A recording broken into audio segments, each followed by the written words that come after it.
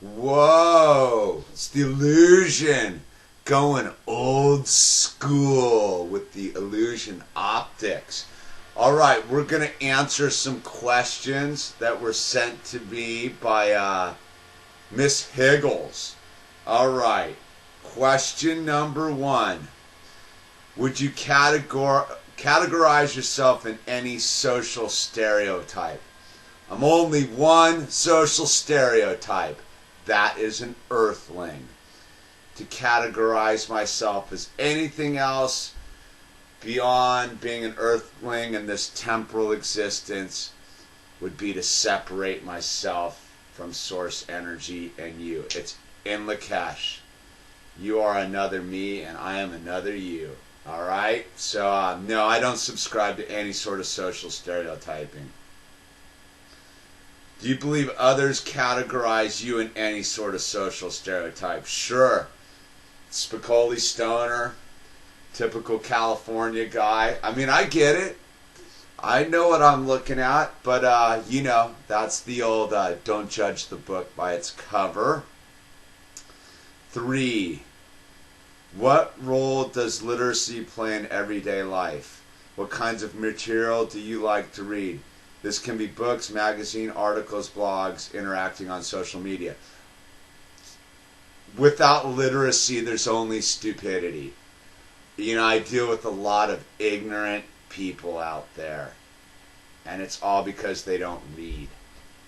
Reading's the answer to everything. I mean, right now I'm reading, where is it? A book called West of Here. It's all about the Olympic Peninsula in the 1890s and modern day, juxtaposed together. Really interesting stuff. I'm also reading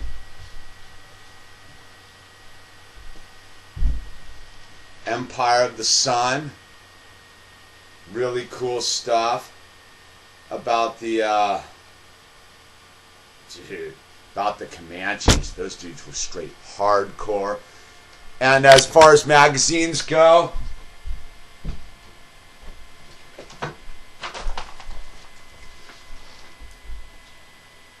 Thrasher and Juxtaposed. This magazine's got some high frequency interviews in there. A lot of data going on. So yeah, I mean, you have to keep yourself informed and you have to be able to separate the wheat from the chaff. So I'm one of those. My theory is don't pigeonhole yourself in any one sort of media stream. Just because you lean left doesn't mean you shouldn't read from the right, and vice versa. Expose yourself to all forms of literature, short stories, poetry. Just read. That would be my advice to anyone out there is please read. Question number 4.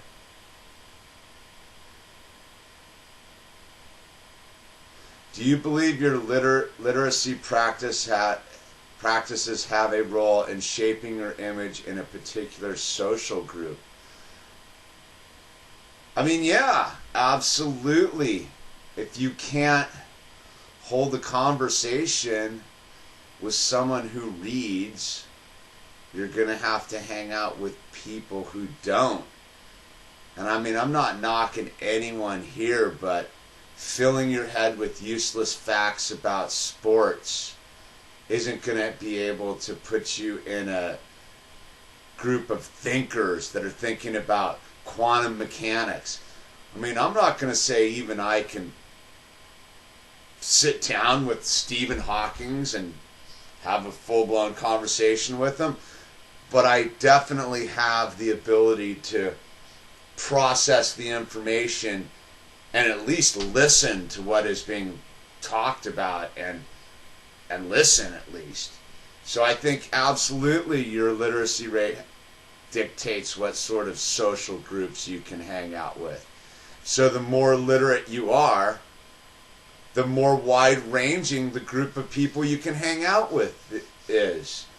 You know, if you were only if you're only, and I hate to keep using this example, and I'm not trying to bag on sports people, but if your only mode of thinking is television and sports teams, that's pretty much the lowest common denominator, and that's who you can converse with.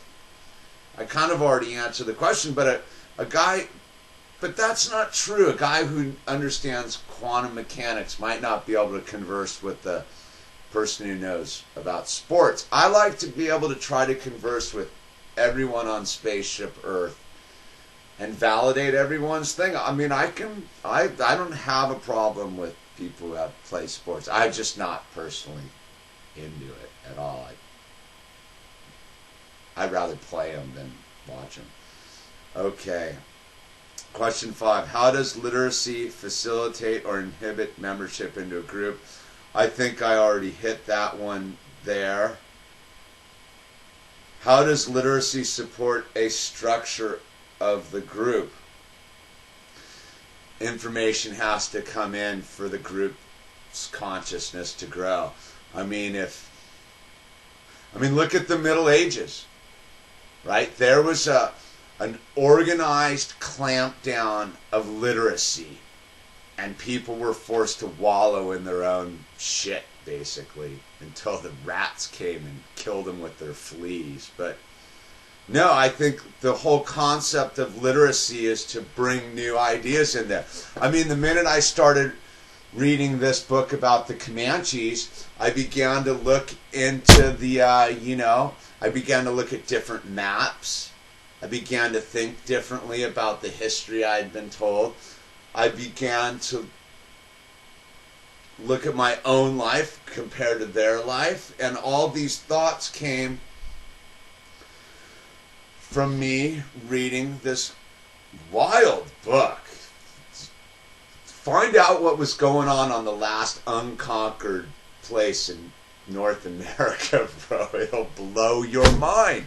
And this book right here, I've been to the Olympic Peninsula, I've been to where this book takes place, but all of a sudden, more information, more data, and then I'm going and I'm checking stuff out on the internet about it. So, yeah, I think literacy is absolutely vital to any sort of group structure if that group structure plans on elevating its level of understanding and its level of consciousness.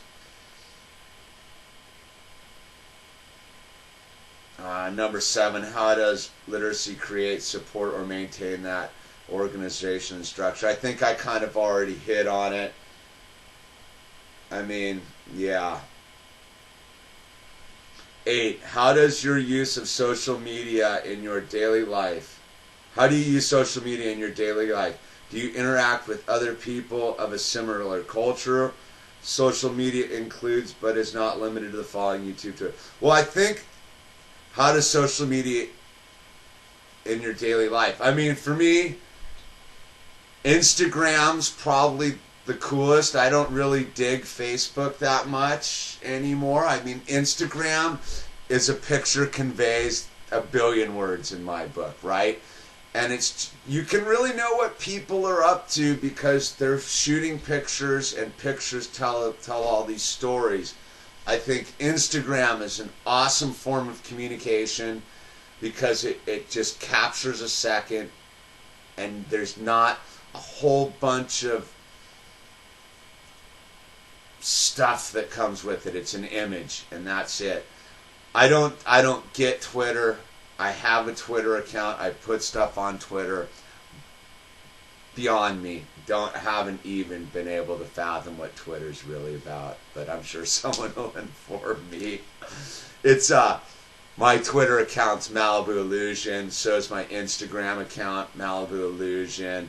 But what I really think the coolest part of the new social media reality, and the young kids today must be stoked. I mean, you can communicate with anyone in the world. And for me, this is the coolest part, is I can hear from people in Norway to Iceland to Russia. People in Mongolia are watching The Illusion. That's pretty wild. I've always been fascinated with Mongolia, and to know that people in Mongolia are watching my broadcast is pretty epic. And I think it's a two-way stream. I love hearing from people from Ohio and all these different places because they have an absolute different take on what's going on their sector of Spaceship Earth, and they can turn me on to new information. And because I'm wide open to information coming in,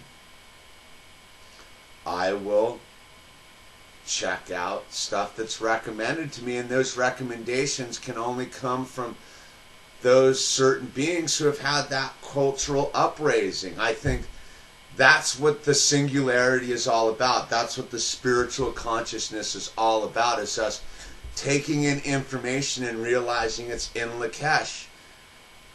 I am another you and you are another me, and this is what's going to solve all the problems of the world, is for us to stop being separated by ignorance and cultural divides and judgments, is to be able to walk a mile in someone else's shoes, to know what the Comanches were all about, and to realize how the Native American culture has been totally butchered and destroyed by the Western mindset of manifest destiny. I mean, only due to the fact that I can communicate with Native Americans via this social media does it give me the ability to heal that wound. I mean, we have giant cultural wounds on Spaceship Earth that need to be addressed, and the only way to have them addressed for the singularity to occur is for us to exchange information. You know, I live in one of the most beautiful places in California, and also the encroachment of LA, but the Malibu and the Santa Monica Mountains are hugely spiritual mountains, and to be able to tap into the energy of the former inhabitants and their spiritual essence is what it's about. And for me to just think it's oh so bitching out here because of manifest destiny and mansions and nonsense is to miss the point of what's really going on here in Malibu in the mountains, is the energy that the previous inhabitants, the Chumash, had tapped into and were able to make their lives so awesome when they were here. And unfortunately, we have to know what destroyed the Native American culture, or the missionaries, and the forcing of religion, and destroying their understanding of source energy, and sticking a false thing in there. And you know, to know that California, after the missions came through, used to be a part of Mexico. And so when we get all hot and bothered about immigration, we have to maybe go, hey, you know, we're the third conquerors here. You know, there was first the missionaries, and then there was the Spanish, and then there was us, the Anglos. So, you know, when the Chinese come over and kick our ass, maybe it's just the cycle of the deal, but maybe the Chinese won't kick our ass because of this medium here that I'm using to communicate and break down the barriers. I don't know. I just think that we live in the most marvelous time of communication that the world has ever known. As crazy as things are on Spaceship Earth, and it's only that they're crazy because we're getting so much information to see how other people are living, and it's pretty radical to know how other people are living and see how they're living and be like, whoa, man, I am truly lucky to be able to be watching the illusion on a computer screen, because there's plenty of people out there that are trying to figure out how to get some clean drinking water as we speak, and that's pretty heavy, man. And I think it's this is the answer, but I think that literacy is the key, and unfortunately, I think our education system is dumbing down the population, combined with the fluoride and the GMO food, and you know, the flicker rate of televisions. Kill your television, people. That would be my answer. Kill your television and buy a book and read it. Just because it's big doesn't mean it's bad. And one of my favorite books of all time is Cryptonomicon, Neil Stevens. Go check that bad boy out if you want some mind expansion. Anyway, this is The Illusion answering some questions. Hope your dream is going super well. That wasn't a very literate statement, was it? But hey, I'm on the fly and I'm doing my best. Peace and in Lakesh. I'm out.